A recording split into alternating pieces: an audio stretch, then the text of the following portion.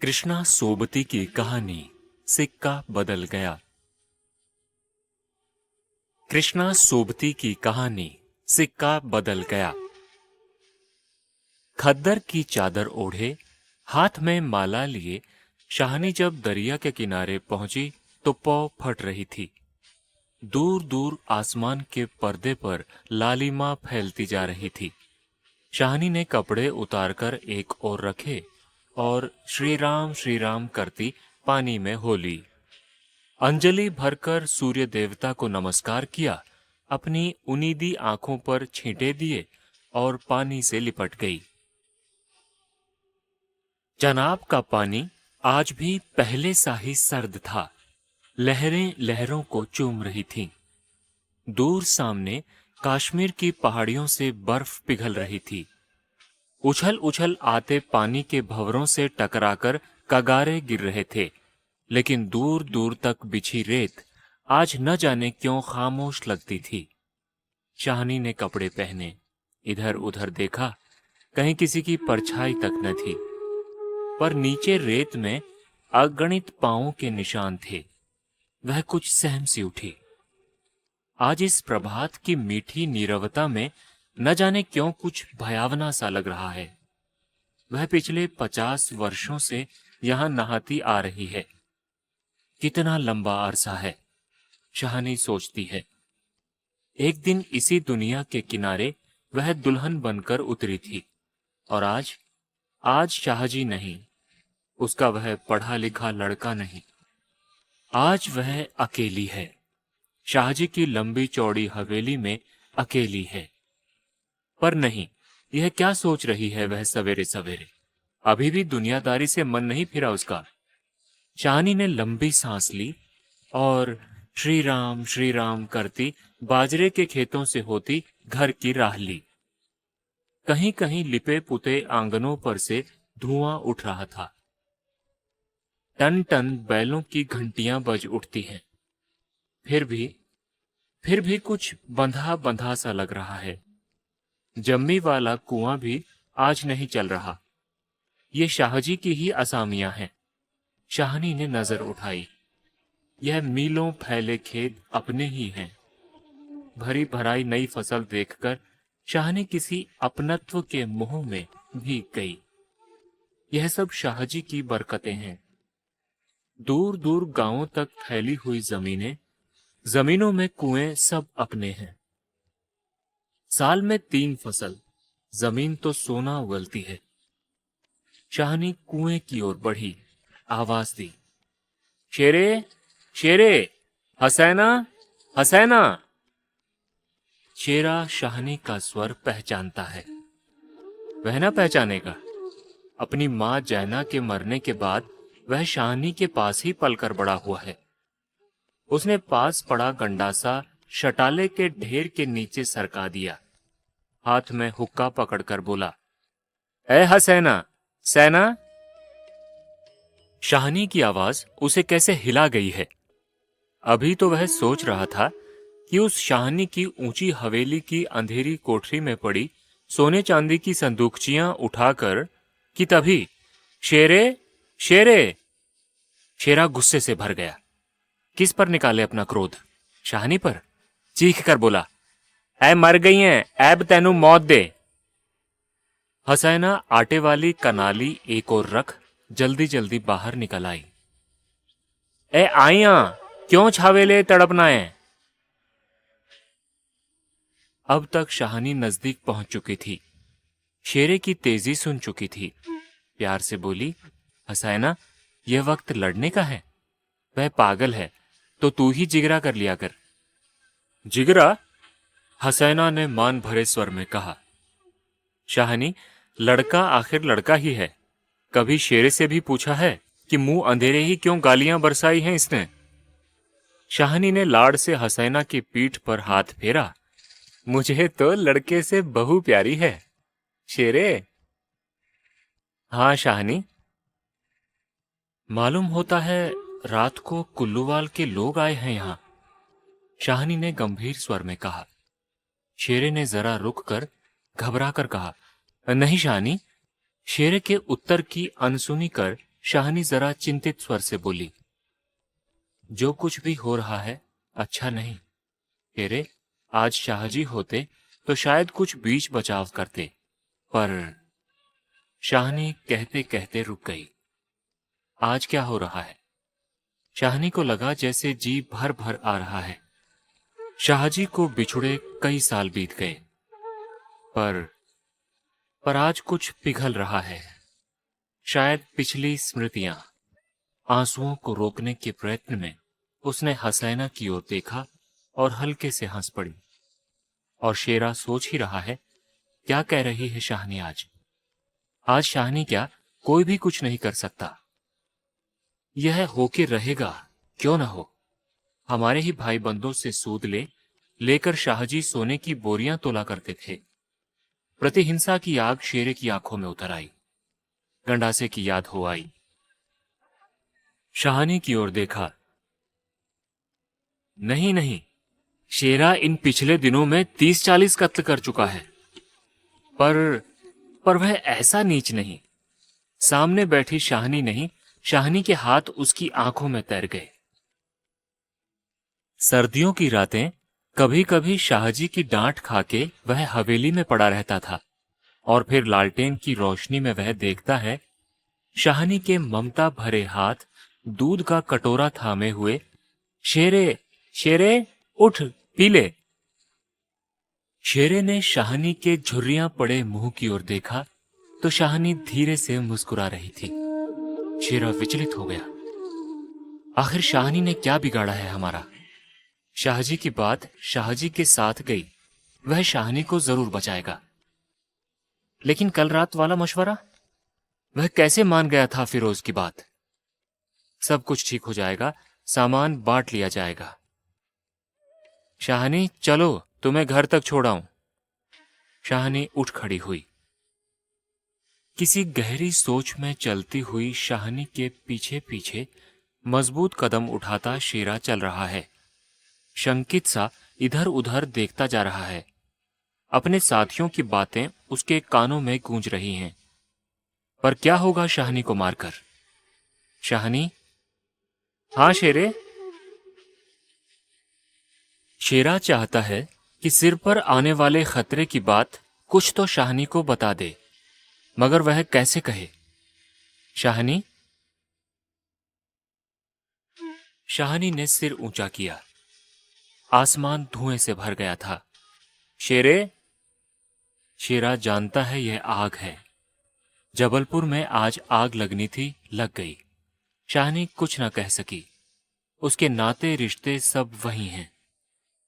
हवेली आ गई। शाहनी ने शून्य मन से ड्योढ़ी में कदम रखा। शेरा कब लौट गया उसे कुछ पता नहीं। दुर्बल सी देह और अकेली, बिना किसी सहारे के। न जाने कब तक वहीं पड़ी रही शाहनी। दोपहर आई और चली गई। हवेली खुली पड़ी है। आज शाहनी नहीं उठ पा रही, जैसे उसका अधिकार आज स्वयं ही उससे छूट रहा है। शाहजी के घर की मालकिन, लेकिन नहीं, आज मोह नहीं हट रहा। मानो पत्थर हो गई हो। पड़े पड़े सांझ हो गई, पर उठने की बात फिर भी नहीं सोच पा रही। अचानक रसूली की आवाज सुनकर चौंक उठी। शाहनी, शाहनी, सुनो, ट्रकें आती हैं लेने। ट्रकें? शाहनी इसके सिवाय और कुछ न कह सकी। हाथों ने एक दूसरे को थाम लिया। बात की बात में खबर गांव भर में फैल गई। बीबी ने अपने विकृत कंठ से कहा, शाहनी, शाहनी, आज तक कभी ऐसा न हुआ, न कभी सुना। गजब हो गया, अंधेर पड़ गया। शाहनी मूर्तिवत वहीं खड़ी रही। नवाब बीबी ने स्नेह सनी उदासी से कहा, शाहनी, हमने तो कभी न सोचा था। शाहनी क्या कहे कि उसी ने ऐसा सोचा था। नीचे से पटवारी बेगू और जैलदार की बातचीत सुनाई दी। शाहनी समझी कि वक्त आन पहुंचा। मशीन की तरह नीचे उतरी, पर ड्योढ़ी न लांग सकी। किसी गहरी, बहुत गहरी आवाज से पूछा, कौन कौन है वहां? कौन नहीं है आज वहां? सारा गांव है जो उसके इशारे पर नाचता था कभी। उसकी असामियां हैं जिन्हें उसने अपने नाते रिश्तों से कभी कम नहीं समझा। लेकिन नहीं, आज उसका कोई नहीं। आज वह अकेली है।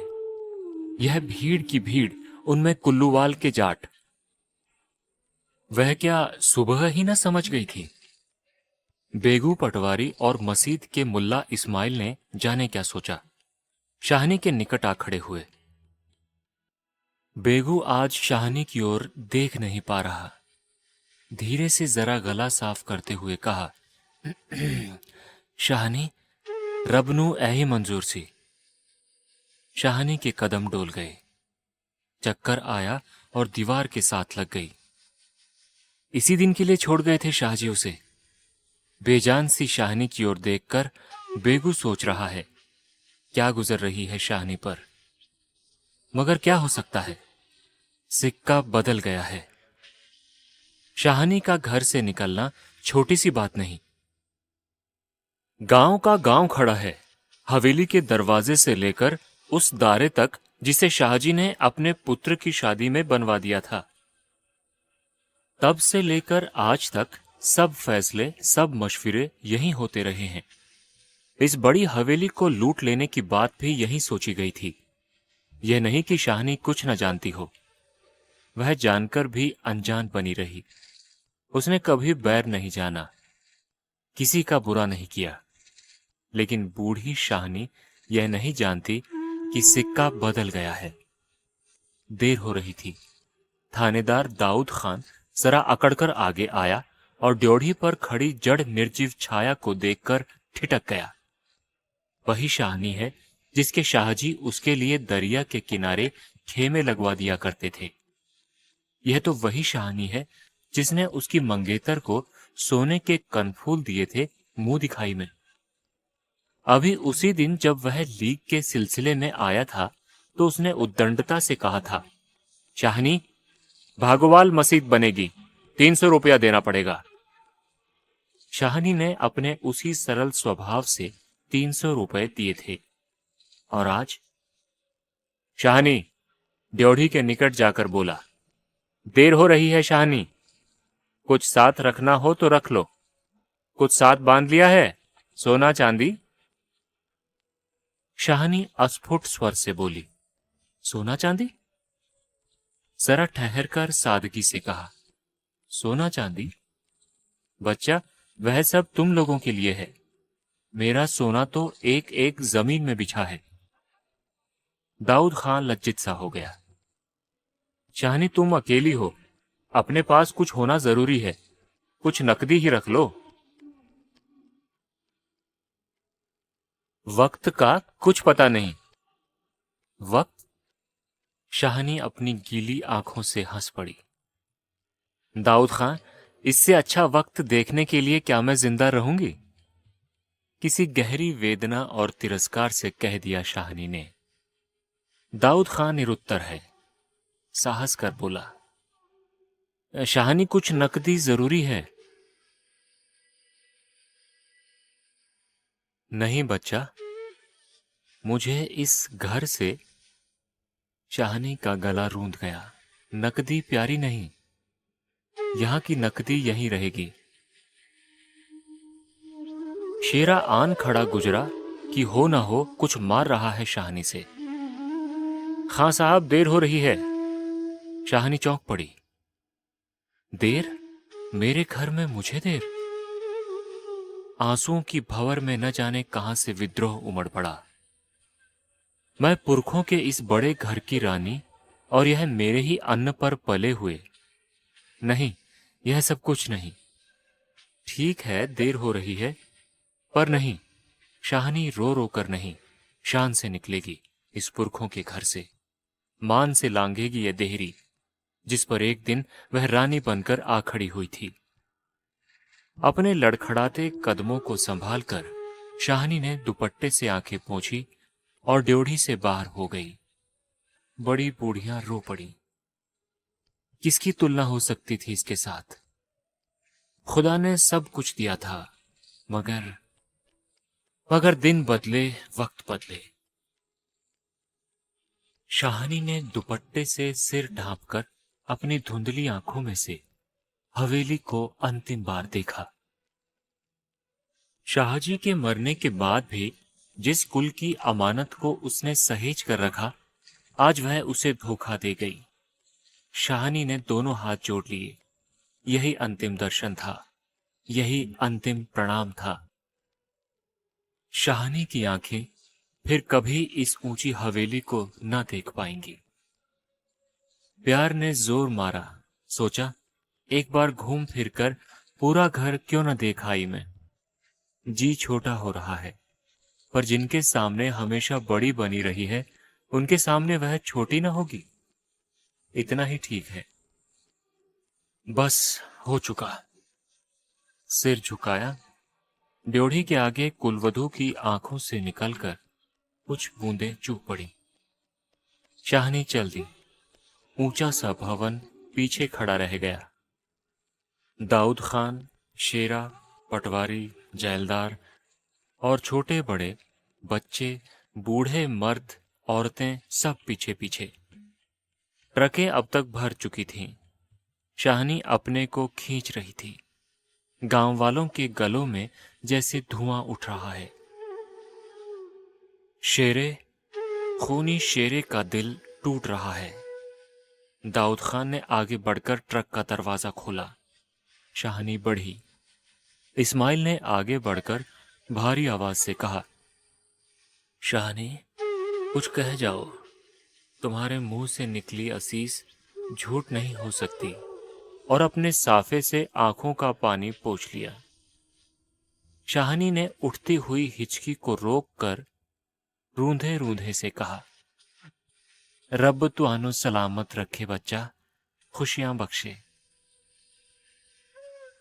वह छोटा सा जनसमूह रो दिया। जरा भी दिल में मैल नहीं शाहनी के। और हम शाहनी को नहीं रख सके। शेरे ने बढ़कर शाहनी के पांव छुए। शाहनी कोई कुछ कर नहीं सका। राज भी पलट गया।